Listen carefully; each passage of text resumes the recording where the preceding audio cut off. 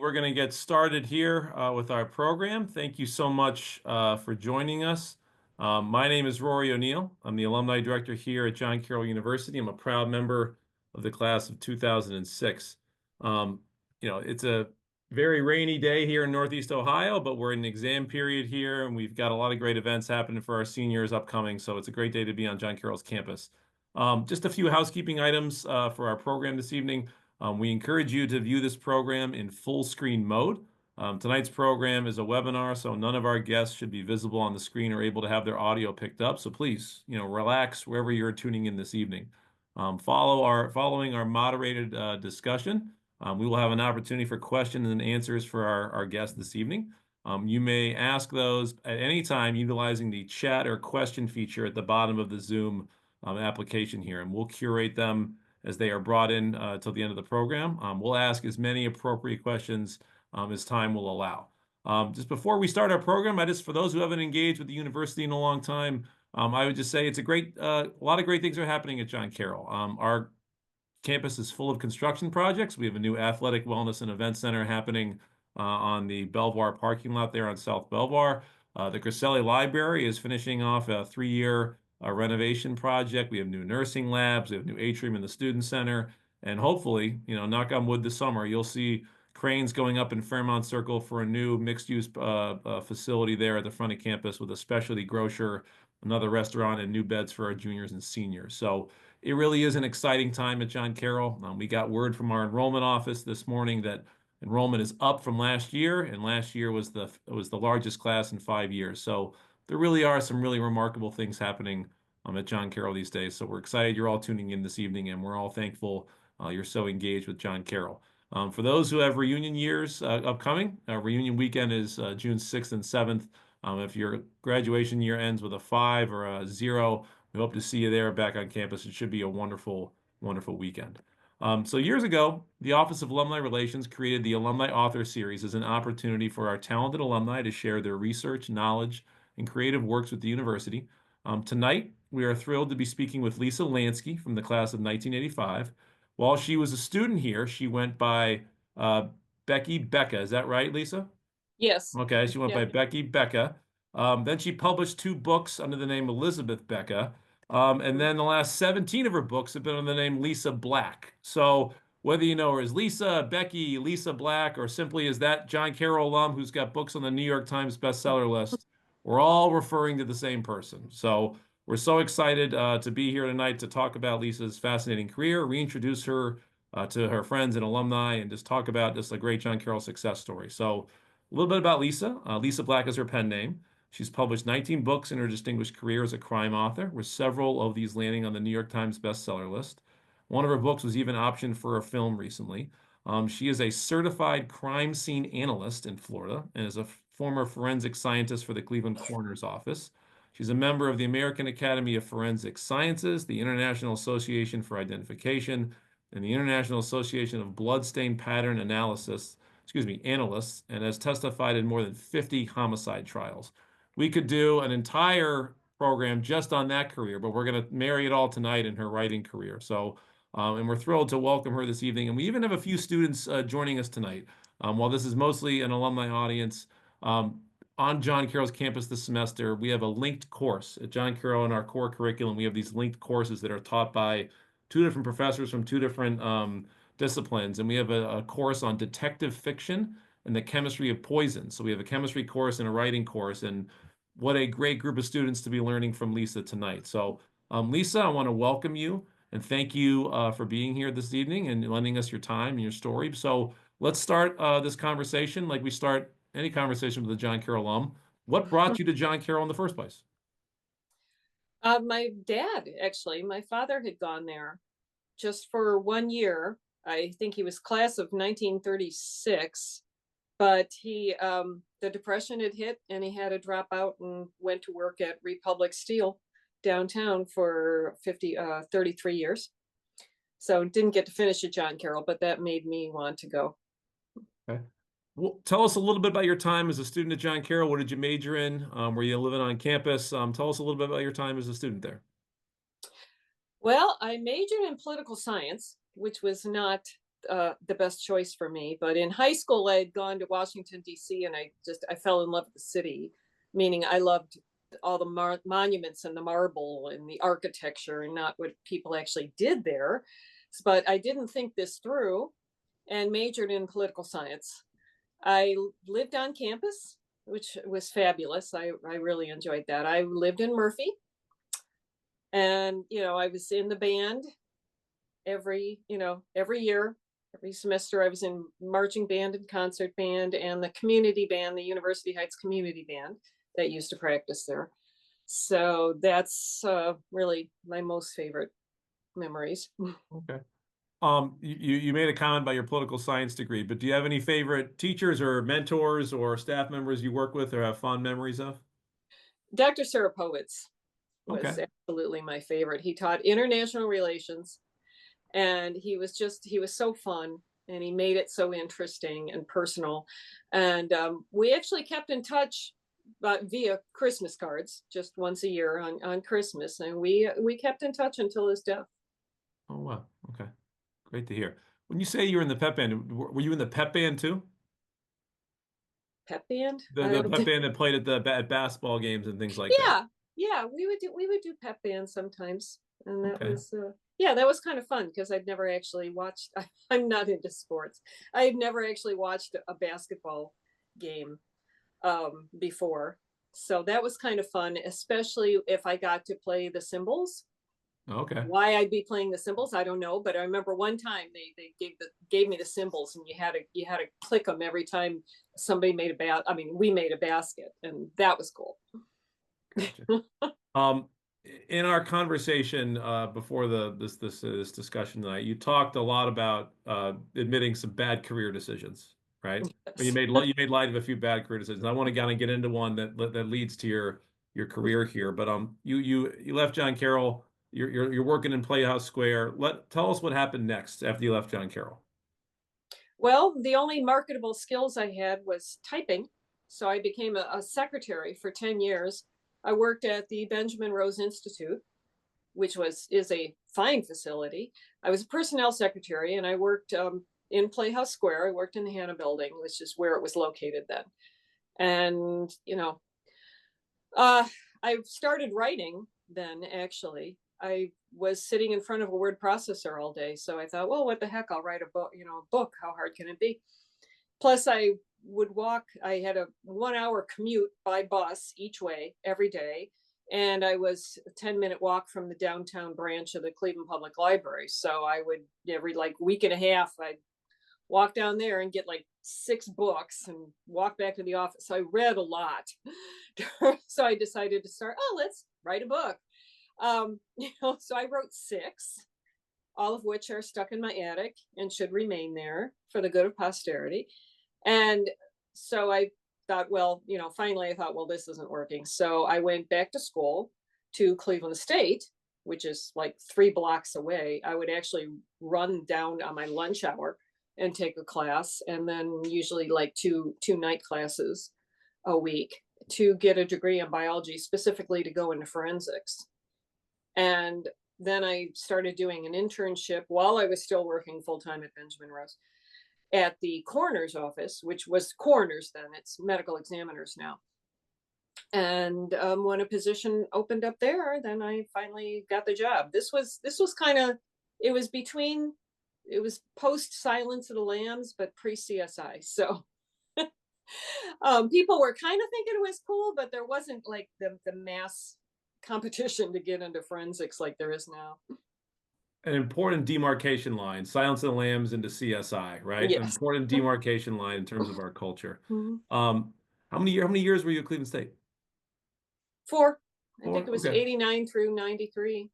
So you worked full time and went to Cleveland State as well? Wow. Yes. Okay. So all while you're doing this, and you said you published several books during that time, or you wrote several books during that time. I wrote them. They You were you not you published. you wrote several books during that time. Did you think you would be getting into this kind of career where you had this passion of writing and this, full-time job of, forensic sciences? No, I had pretty much, writing was just something I did. Um, I never, I didn't really think seriously about getting published. I've never actually taken a writing course in my life. I always wrote. Let's go back to the very beginning. I always wrote since I was a kid. I write little stories for my cousins and for myself. And then when I got to high school and saw Star Wars, it kind of changed my life because I started writing stories that didn't have pictures in them. Because before then, I'd been kind of making little comic books. So, writing I was used to, but I never thought I can make my living doing this, which was a good thing because I don't make my living doing that. Never quit the day job. Um, so what brought you, so you live in Florida now, what brought you down to Florida away from Cleveland? My husband, Okay. yeah, who grew up in Strongsville just like me. Okay. Strongsville was like nothing. It was a cow town when my parents moved there. It was not the trendy place it is now. But he hated Cleveland weather, and his grandparents had a house down here for a while, so we always dreamed of moving to Florida. So I was in my glory in my dream job at the coroner's office, which I absolutely loved. Mm. And he dragged me down here. So suddenly I had no job, no friends, no family. I started writing again just to stay sane. I think it gave me something to focus on other than how miserable I was. And in the meantime, that little show called CSI had premiered. And every publisher was looking for the next Patricia Cornwell, which I turned out not to be, to everyone's disappointment, especially mine. But Yeah. then I finally improved enough just through trial and error to get published. My first published book, Trace Evidence, was actually my 9th full-length novel that I'd written. So what did you learn from you said the 6 books that are in your attic, not to be Mm-hmm. seen again, right? Maybe Mm-hmm. one day you'll donate them to the Griselli Library, right? Maybe we can have them there. What did you learn from book 1 to the one at 9, you said, where you said, okay, I think I got something here. What did you learn in those first 8 books? Well, I made all the beginner mistakes in my Like first what? book. For example, It's like for us who don't write head books. hopping, what we call head hopping, switching points of view without warning, Okay. and too much backstory, like doing trying to give someone's whole life story every time you introduce a new character, which is, definitely not something you need to do. You need to have twists in the story. You need to have like reversal of fortune. Your characters try to do something, it doesn't work out, or something surprising has to happen. And just setting up the clues and the pacing of the story to be consistent. I guess that's what I learned because and then of course I learned a whole lot of forensics, which I pretty much hung the series on. It was like my claim to fame at the time, and that tipped me over the edge. Okay. Well, tell us a little bit about your writing process as a writer, right? Maybe if you want us for those dialing in tonight, tell us how has it always been the same since you started writing those first 6 books to where you are now? Has it amended over time? Like how do you go about writing a book? How do you go about it from start to finish? Well, you'll find, first of all, writers tend to fall into two different camps. There's plotters and pantsers. Plotters plot the whole thing out before they start, and pantsers are called that because they fly by the seat of their pants. They might start with an idea or a scene, but they pretty much make it up as they go along.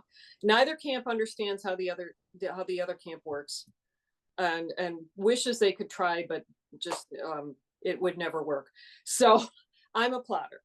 I need to know before I start actually writing. I know how it's going to start, how it's going to end, who's going to get killed, who the killer is, why, and like the major clues that are going to point my investigator in the right direction. And maybe some things that are going to reverse them to the wrong direction temporarily. So I have all that ready. I swear with every book I'm going to do a really detailed outline. So as soon as I start, I will know exactly where everything's going to go, and I'm not going to have to like go back and fix anything or anything. And I'm getting worse instead of better. I will usually have something jotted down. Basically, what I call a sequence is just this happens and this happens and this happens and this happens. And most of the time I never look at it again because it's all in my head. So I mean, I've tried different techniques. I've tried a grid, I've tried diagrams, I've tried the index card things.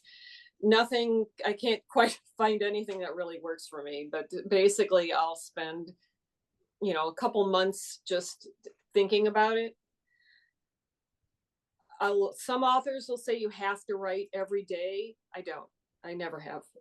Once I'm done with a book, I don't write anything for months, like other than letters.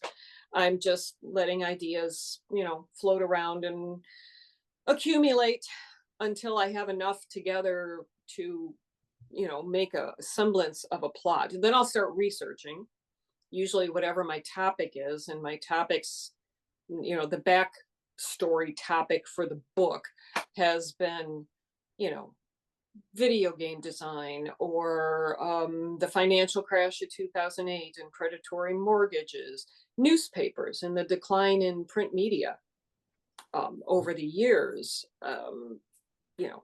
the Federal Reserve Bank, because we have one in Cleveland. One of my books is set, it all takes place in less than a day, and robbers are in the Federal Reserve Bank on East 6th, and across the street, the cops hole up in the Cleveland Public Library. And, so all that research I'll do for, usually a couple of months. And then when I can't stand it anymore, then I'll start writing. And I usually have a word count goal for the day. You'll find some authors, will get up at 4 a.m. and they'll write from 4 to 6, and whatever works with your schedule. Yeah. Very few successful writers write just when they feel like it, because I say it's like exercise. If you write when you feel like it, you'll never feel like it. And so then once I start, I have to keep going, because I have this fear that if I stop, I won't start again. And my schedule has varied over the years. It's depending on my work schedule. It can be 2,000 words a day on the days I'm off, or 1,000 words a day on the days I work. It used to be like 2,000 words a day Monday through Friday, and I take weekends off. So it's been tweaked over the years. Although this last book, I actually wrote like whenever I felt I had time and felt like writing. For the first time in my life, I wrote a book like that, and it did take a long time. I mean, it probably took a full year to really get it Was done. it more enjoyable though? Did you find yourself enjoying it more? Maybe. Okay. All right. And but yeah, I finally got it done. But finally, I thought, well, I don't have a schedule. I don't. If I finish this, I finish it, and it's Okay. just I just got tired of pushing myself, I guess. But when you have a contract, you're ruled by the contract, of course. Usually, my contracts with my publishers have been 2-book contracts, so of course I have to get it to them on time, which I've never really had a problem doing. But you get a bit schizophrenic, because at any given point when you're in this habit, or whatever you want to call it, Yeah. you're promoting one book, you're proofreading and editing the book that came after it, and then you're writing the book that comes after that. So when you go around like this, and you're talking about a book, lots of times it's 2 books ago, and you have Yeah. to like remember. It's like, Mm. could be you've completely lost interest in that book. You mentioned Or one. you've forgotten some of the details, and somebody will say, well, what about this? And you're like, oh, I totally forgot about that. Yeah. Yeah. You mentioned the Federal Reserve Bank of Cleveland being a scene Hmm. in a previous book. We thank you for not making one of your crime scenes John Carroll University, because that might not be good for enrollment efforts. So we appreciate that. Um, you talked a little bit about research. I mean, what are some of the more interesting subjects you've had to research that you knew nothing about, that you had to get into your story? Like, oh, I need to have this incorporated. I know nothing about that. I got to research a little bit. What are some of those topics you've done in your career? Hmm. Obscure ones, almost. Water treatment plants, Okay. the salt mines under Lake Erie. Okay. I used that in a book. And of course, the torso murders in the 1930s. And let's see. And it's a good indication that no one is actually monitoring our computers. I mean, Big Brother is not watching, because I I have Googled how to cook meth, how to mix up chloroform in your own, garage, decapitation as a form of murder. So lots of fun things like that. The first in the Locard series dealt with children's online gaming. Oh, And, wow. Okay. I've never played that many video games, but I think I like practically on a whim, I decided to make it about this. And really regretted it because first of all, I don't have kids, so I don't have any, knowledge of that kind of lifestyle of trying to protect your kid from online predators and just protect your credit card from your kid because they want to use it to, buy this virtual uniform for their virtual character in a virtual game and using real money to do it.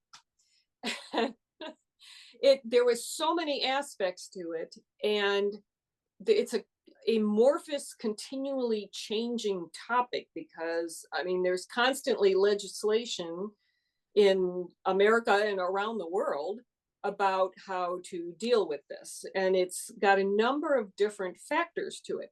In that, the one you think of is that your daughter's talking to, your 13-year-old daughter's talking to someone she thinks is a 14-year-old boy who likes soccer like she does, and it's actually a 50-year-old guy, in his basement, who's going to talk her into meeting him somewhere.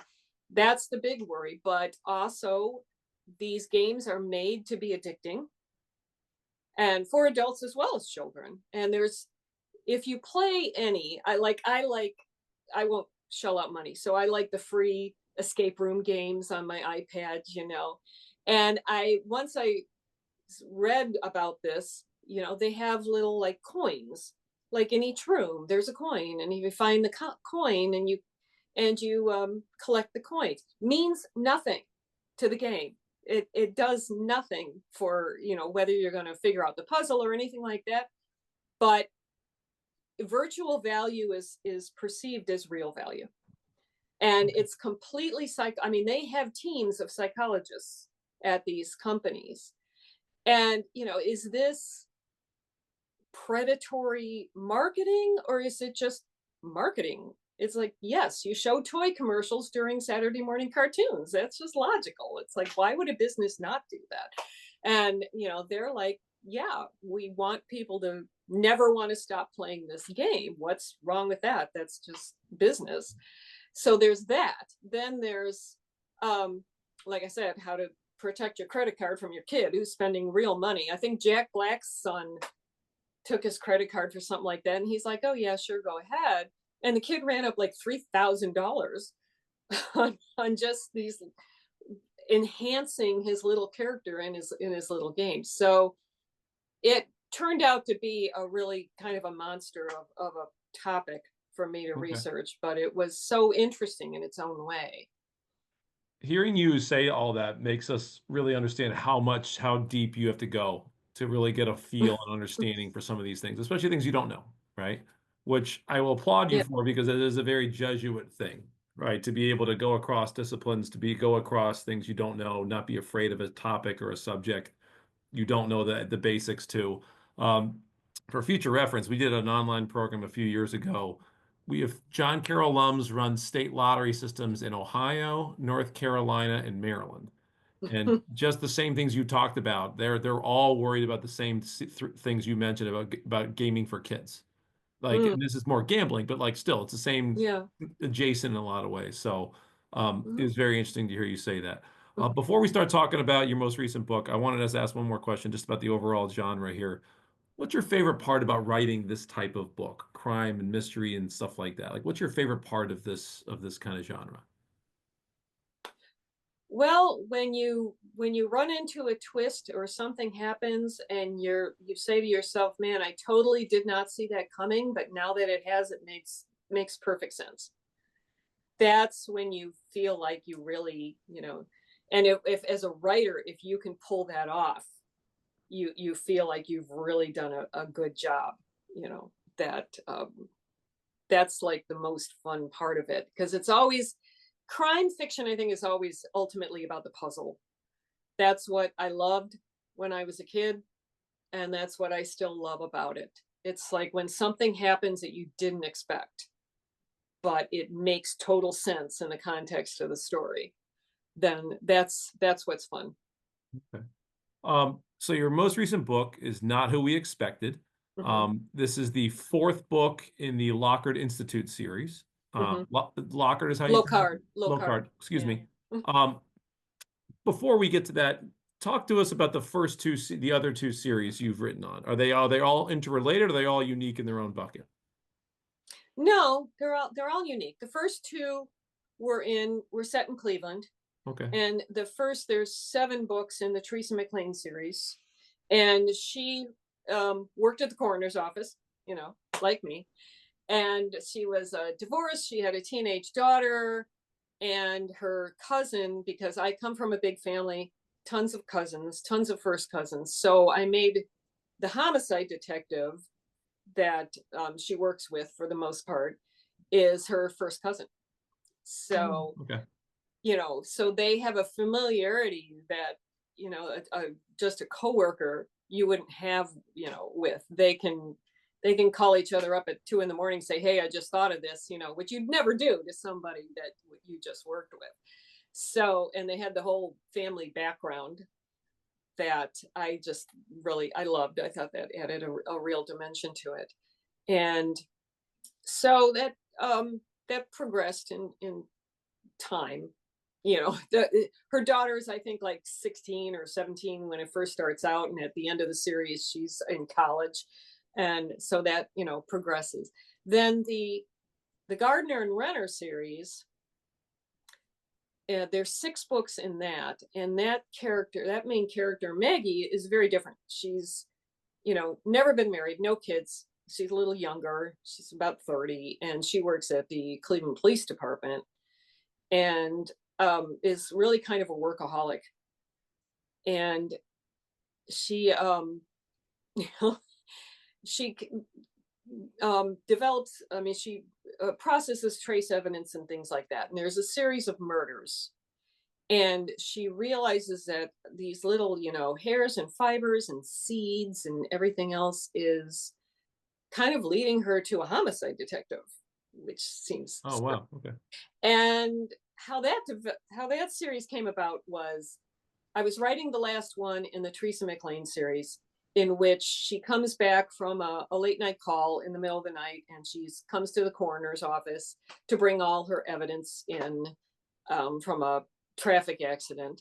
And there's always 2 deskmen uh, on duty. They were the ones who would take the body, they're the big strong ones. They'd take the bodies in and out, and they'd fill out all the paperwork, and they'd release the bodies and it's a 24-hour job. So there's always 2 of them on duty. Well, she comes back in the middle of the night, and one has been beaten to death on the floor of the office with the word confess written over him in his own blood, and the other one is missing. And so I sent it to him. I wrote like 7 chapters of this. I sent it to my agent, and she didn't like it. She didn't think it was suspenseful enough. And I said, she's creeping around a morgue in the middle of the night looking for a killer of her coworker that she just stumbled over. I don't think I can make it more suspenseful than that. I just don't. So in frustration, I just sat down and wrote like the first, what turned out to be the opening scene in That Darkness, in which Jack Renner, who's a homicide detective, he takes the worst of the city's criminals, the ones that never get convicted because they don't leave enough evidence to even get into court. And he doesn't enjoy killing. He's not like Dexter, you know. He's he he knows they're just a product of their environment. So he sits them down and plies them with their favorite food and drink and listens to them and lets them tell their story. And then when they're about as relaxed and comfortable as it's possible for them to get in this world, he puts 3 bullets in the back of their head, because this to him is the responsible and humane thing to do. And so so I sent it off to my agent, and she said, "I love it. Write the rest of it." which was great, except I had no idea what was going to happen in the rest of that series. I thought, well, like at some point, these two characters have to encounter each other. But other than that, I had no plans. So that became That Darkness. And so I wrote 6 books in that series until I felt it had run its course, and I purposely ended it. Do you, when you write a series, do you start with a storyline and then to see where it goes, or do you say, no, I'm going to get 5 books out of this. I'm going to stretch this to 6, or does it kind of organically go? No, well, both of those series, I just wrote a book, and then the publisher says, we like this, let's make it a series. But with the Locard Institute series, the publisher wanted, they said, we'd really love a jet-setting pathologist who works on cases of the rich and famous. Oh, so And they're dictating a little bit. yeah, that's what they said they wanted. So I said, such an animal doesn't exist, right? I mean, coroners don't, and medical examiners work for a county. They take care of the cases in that county. They don't get to pick where in the United States they'd like to jet off to. And so I worked on that for a while. So I came up with the Locard Institute, which is named after Edmond Locard, was a criminologist in France, and I don't know, long time ago. And he said that every contact leaves a trace. That when a criminal is there, he leaves something at the crime scene and he takes something the crime scene away with him. So the Locard Institute is 1/3 training, because most of our training and expert knowledge in forensics comes from continuing ed. You can only learn so much in school. And so I have like over 1,000 hours of continuing ed after, 30 years of this. So 1/3 is training for, law enforcement and forensic personnel, or really anybody who wants to attend, students can attend. Then it's 1/3 research, that all the professors who teach these courses are also doing their own experiments in handwriting analysis or DNA or ballistics or wherever, their interests lie. And then there's 1/3 private cases, which is where we get the fun part, where my characters do get to jet all over and deal with the rich and famous who can afford to hire, a private pathologist and criminologist to look at their situation. So Okay. yes, to answer your question, to get back to your question, for the first time, I actually looked at it like this is going to be a series. So I needed to create characters that had enough in their background that I could, bring stuff up when I needed to. So I made Ellie from a really big family, but her mother is killed when she's 4, supposedly in a car accident, is what she's always been told. So she's been raised by different aunts and uncles around the country. And it was a very loving childhood, but it was still, a lot of moving around. But so she's got, the one uncle is a security expert, and the one aunt and uncle are doctors, and then the other, the one cousin is a news reporter. So if she needs some expertise, she's got somebody she can call on, just basically like I do when I'm writing a book. I suddenly started texting my cousin's daughter, who's a doctor, and says, hey, what about medical databases? Like, can doctors see everybody who's taken a particular drug across the country? And she's like, well, kind of, but no, yes and no. Um, Right. so I do a lot of things like that. And then Rachel, who's the dean of education at the Locard Institute, her sister, her kind of ne'er-do-well sister, had a baby, and seemed to settle down and be a great mom. But then she was killed in what apparently looks like a drug deal gone bad. Not her, she was probably the guy she was with, but wrong place, wrong time. So Rachel is now raising her toddler nephew with her mother. She lives with her mother, so the mom can watch the baby when she's at work. And the only fly in her ointment is that the baby's biological father, who's a deployed soldier, might come back and ask for custody, which he could legally do. So that's kind of the worry in the back of her mind. Ben, the baby's father, turns out to be, a really nice guy. And I made him an Army demolitions expert. So, you can be sure I would be planning to use that at some point down the road. So Yeah. it's like every single aspect of their background, I tried to plant things that I could use. Okay. Um, I got a few more questions here. I want to encourage the audience, if anybody has a question or a comment, they want to please use the chat function at the bottom here. We'll make sure we'll curate those and ask them at the end here. So one question our office had was, your protagonists in your books, they differ in their personal backgrounds. You've done a really good job of finding a kind of a unique person each time. How do you develop those backstories? I mean, is it stuff you mentioned a lot? You came from a big family, right? Like Mm-hmm. that's an influence you can see right there. But how do you decide to kind of build the protagonist? Is it entirely your personal life? Is it something you see on TV? Like, where does that come from in your process? Oh, good question. Just all over. They're usually smarter and freer and more assertive than I am. So in some ways, it's like it's the me I'd like to be, you know. And but then it depends on kind of the story. Like in the middle, I had Teresa, who came from a big family, and then at the other end, I have Ellie, who came from a big family, and but in the middle, I had Maggie, who had nobody. She had a brother.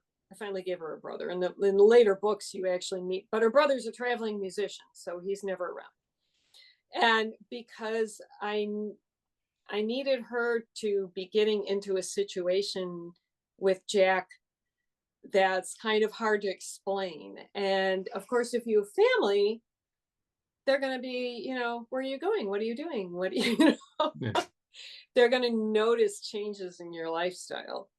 sure. So I don't think that series would have worked as well if, Maggie had, parents who were just in really close contact or loved ones around her that she worried about.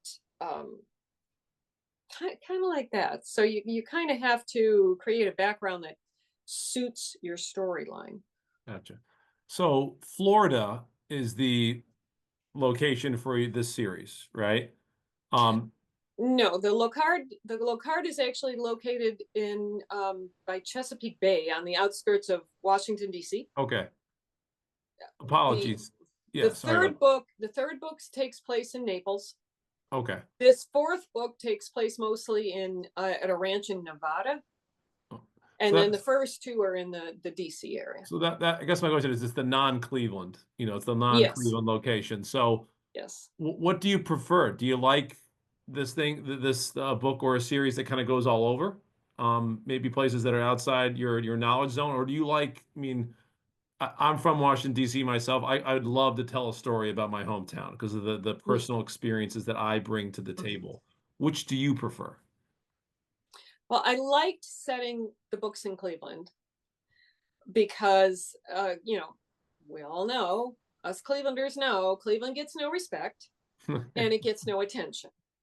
So I really liked being able to present, the interesting areas of Cleveland and the history of Cleveland and relating the two together and what's going on. So I really like that. But I also love to travel. So I purposely wanted to set the Locard series and break out of Cleveland, even though Ellie is from Cleveland, and that's that's where she grew up. So that's I still always have that Cleveland root there, but I wanted to be able to go different places and explore different climates. Like I have her in Florida when there's a tropical storm, and then she's in Nevada, which is a desert and out Yeah. on the ranch, so it's really hot during the day but it gets cold at night, and then trying to like climb through this mountain. And I wanted, like future goals are to, I could have set a book at Disney World. I'd love to set one at an amusement park and really get into how, all the nitty gritty of how that works. I'd love to set one at a beauty contest, you know, if they even have beauty contests anymore. But, like the Miss America, I love Miss Congeniality. But, when I was a kid, we all watched beauty contests because you had three channels. Yeah. Okay. You watched whatever was on. So, I think you should make the beauty contest one a sequel to Little Miss Sunshine, have it an extension from that movie. That would be good. that would be fun. That would be good. So yeah, I thought, set one at an airport. I mean, airports are just drama central. So Okay. I wanted to try the freedom of exploring all these different areas and different occupations. Gotcha. Well, before we get to the questions from the crowd here, we got a few trickling in. I wanted to ask you just a lightning round of quick questions where with a quick answer here, okay? Okay. So, best foods to fuel your writing. Cheese and crackers. Cheese and crackers, okay. Worst foods for writing. They don't help you. Pasta. Oh, okay. Good to know. I Um, love it, but then I just want to take a nap. So who is your favorite author? Or if you have to name a few, that's okay too. officially, my favorite author is Somerset Maugham. Officially, in my mind. Um, but as for thrillers, I think I learned how to write from Alistair MacLean, who Okay. actually didn't write murder mysteries per se. He wrote like more spy thrillers, but that's I went through a spy thriller stage. P.D. James, I love Okay. P.D. James, Tammy Hogue, Lisa Gardner. I learned a lot from all of them. Okay. Kind of an interesting one, but I'm always interested in a response to this question because they start that way. Best movie you've seen that was an adaptation from a book. Started with, we always say the book is better than the movie. Do you have a favorite movie you thought was a great adaptation from a great book? If you've ever seen the old movie Evil Under the Sun, it's Okay. It's from an Agatha Christie. It's back with Peter Ustinov and Maggie Smith and Roddy, his all-star cast, Roddy McDowell. And I love that movie. I've probably watched that movie 3 times at least. I mean, like watched from beginning to Okay. end. And I could watch it again tonight. All right. What's the most fun part about writing a crime novel? Putting in the twists Okay. and feeling that you pulled them off, which many times you're not you're not sure. Okay. Two more questions. This is a big one. Is writer's block a real thing? I don't know. That it could very well be. Like I said, every writer is a little different. We all function a little different. And I don't have such a problem with it because I am a plotter. So I know how, I can, every time I write, the next day when I sit down, I know what I got. It's like, okay, I got to do this. I got to put her over there. She's got to find this clue and that kind of thing. I mean, it's like you still have to stop and adjust and sometimes redo things, but I don't get like to the middle of a book and get totally stuck. That's why I'm not a pantser, because I'm sure that's what would happen. The reason we asked that is I saw an interview recently with Jerry Seinfeld, who's a comedian. It's a different form of writing, but he said there's no such thing as writer's block. There's only laziness, which is a very interesting take on the concept, I guess, right? We've got a few students dialing in, and this will be shared with a class or two. What advice do you have for young writers, if you had to impart any? I always say read the best writers or the most popular writers, however you present best, that you find most captivating, who write the kind of thing that you want to write, Okay. and learn from them. Okay. We've got a few questions from the audience here. I'm going to Mhm. ask them here. So, first one from someone goes, "Do you like to read for fun, and what authors' influences influence you?" I do like to read for fun when I have time. And it's still the most relaxing thing I think you can find to do is just lose yourself in a book.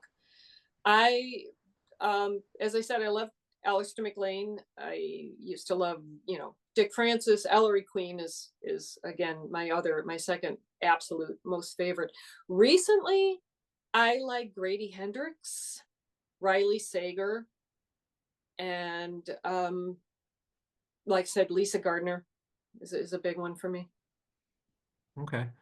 This question is from Dr. Crystal Bruce, who's teaching the class I referenced earlier. She asked, do you have a favorite fictional detective that is written by someone else? Ellery Queen, Okay. absolutely. Ellery Queen is the love of my life. You know, especially I loved all the books. I read every one I could possibly find. And of course, I love the TV show with Jim Hutton that was on Thursday nights. It's my favorite day of the week because I had, and my question for her is, why didn't you have fun classes like that, you know, like detective fiction when I was there? When I was at John Carroll, I had things, I had to read like John Paul Sartre and, you know, that kind of stuff. Gotcha. Um, uh, so here's a good question. Did your interest in forensics stimulate your decision to pursue a biology degree, or was it the other way around? Did your biology studies stimulate your interest in forensics? It's a good question. No, I went back to get the degree in biology specifically to go into forensics. I always obviously I always loved mysteries, but I did not want to be a cop. And I don't know where exactly I discovered the concept of crime labs, but you know, I thought, yeah, this is for me. But back then, this was, like I said, that was 89 to 93. There were no such thing as forensic science degrees, at least not that I was aware of. They didn't even have forensic science classes. You just got a degree in the natural sciences. If you got biology, you went into serology and trace evidence. If you got chemistry, you usually do toxicology. So that's why I got the degree in biology. Okay. Um, Question from Matt Karasman. Matt, thanks for dialing in. He asked, what instrument did you play? Clarinet. Clarinet. Well, clarinet. I played the clarinet from the fourth grade all the way through, you know, high school and college. I played the bass clarinet for a while. But while I was at John Carroll, I also pulled out my dad's saxophone and had it repadded. And I played the saxophone for a while in marching band as well. So I Very passed good. it down to my nephew, who also played it all the way through grade school and high school. Okay, very good. This one isn't as much a question as a comment. It says here the Cleveland Federal Reserve employees are great fans of your book Takeover. Yeah, They're encouraging you good. when you're back in Cleveland, come by for a tour. They'll provide another tour. Oh, wow. Thank you. That'd be Yeah. great. Um, this is a question from Dot Graham. It says, I was more blown away by the first chapter of That Darkness than any book I've ever read and have been a fan ever since. Question here is, do you ever have bits of a story that get cut and can you use them in another book? Do I have bits I could cut? I have like pieces, parts, but I don't think I've ever actually used them in another book. Okay. No, thanks. Hi, Dot. I, but Dot and I met on a Viking cruise up the Danube. Dot actually lives in England. So, Okay. Very good. Um, Last question here from the crowd. Did you have a mentor when you pursued forensics? no, I was pretty much on my own. Well, at the coroner's office, that I was in touch with. How I got the job there is I basically just called every crime lab in the area, which really isn't too many. I think there was Ashtabula, there was the Ohio Bureau in Mansfield, and then there was the coroner's office, and just asked for a tour, and just started, you know, just to get in to chat with people, talk with people, see what the job was actually like. And Linda Luke was the head of the trace evidence department at the time. And so she saw how interested I was, and she helped me, you know, get the internship and then apply for the position. Okay, very good. Two last questions here. One is from me and one is from the crowd here.